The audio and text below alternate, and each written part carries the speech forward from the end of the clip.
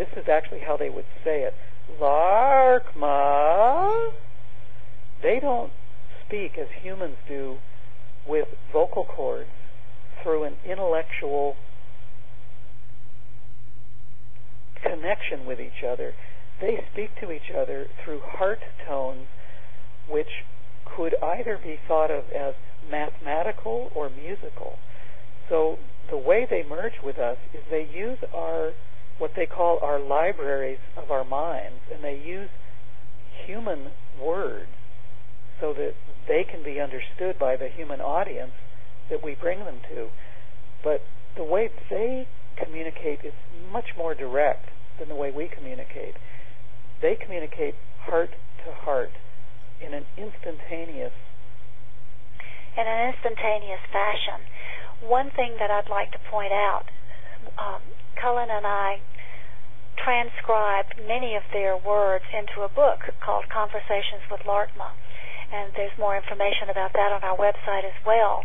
But in that book, we were most reluctant to do the final chapter, and they kept telling us over and over again, this needs to go out. And it refers to what you said about Cullen and I representing the balance between the male and the female, and they entitled the chapter The Divine Couple.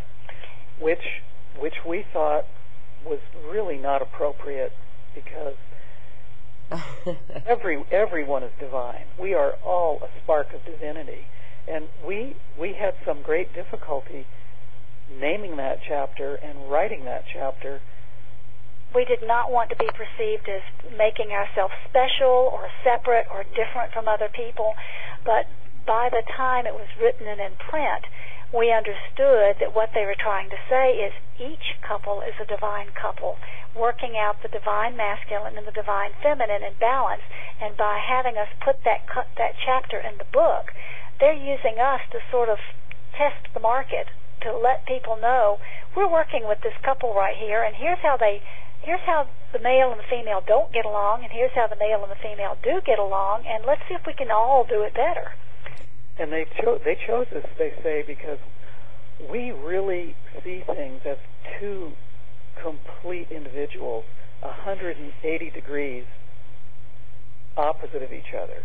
And they laughingly tell audiences, sometimes to our embarrassment in public, that we couldn't see things more differently than we do. And they believe that that's what gives us our ability to receive the information, broadcast the information without any filterization. They choose not to use the word ego. They prefer to say without filterization. So apparently, Rebecca and I, although our worldview and our cosmic view is absolutely identical, our personalities, our outward way of being in the world is absolutely diametrically the opposite. And so apparently it makes for a filter that doesn't allow us to alter what they say or how they come through us. Or I would say it doesn't make the filter, it removes the filter. Yes, better way. It removes the filter because we are absolutely unattached to any belief systems we might have. We can't have any belief systems about what's coming through with our Pleiadian friends because each of us may perceive it entirely differently. And so through our individual perceptions, we present it with the same words, and it comes through clearly without attachment to what we think about it. In other words, the thought process is eliminated altogether. I was going to ask you what you hear and how that comes across, and you said really you get your thoughts out of it, and you can do this live from a stage? We do it on a weekly basis wherever we are, and we do it on a daily basis at home privately. Are you both sitting together so Laarkmaa, if wants to communicate a message, would be willing to do so? Sure. Okay. Ready? Okay. Yeah, so Robin and Cullen, you're together now. We are. I welcome Laarkmaa. Hello, Loren. We are Laarkmaa. We are happy to connect with those who are listening to your wisdom that you wish to share. how can we assist you? What do the next few years look like for humanity? What's our role in how we cope? Two excellent questions.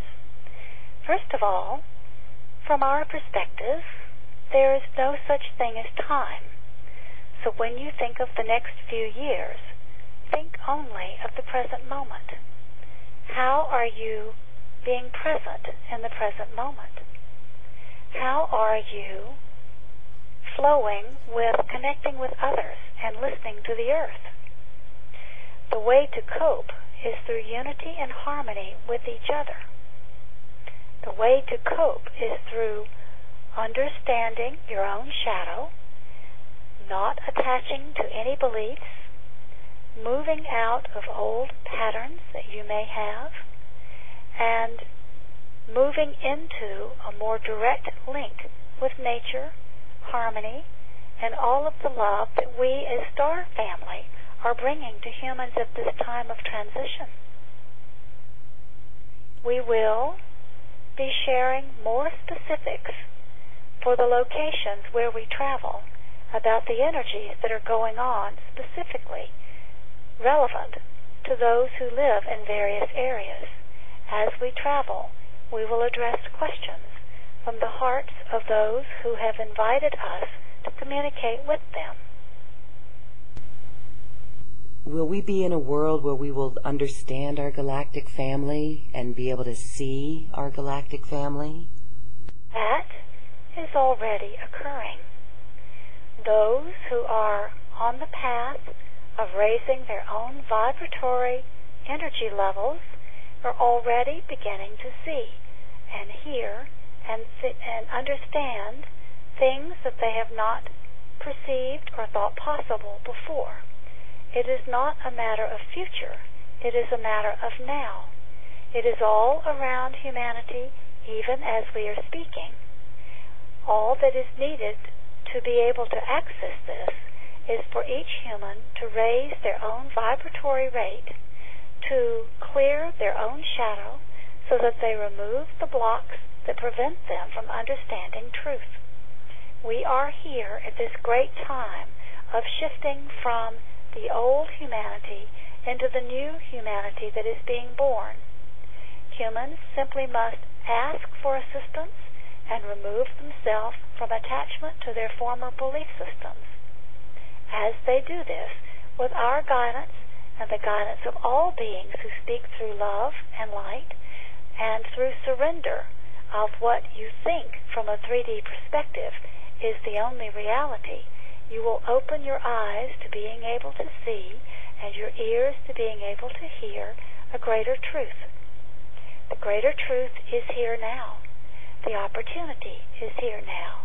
It is simply a matter of human decision to be loyal to truth, to seek the higher vibration, and to do your part, each human, to move beyond what blocks and restricts you.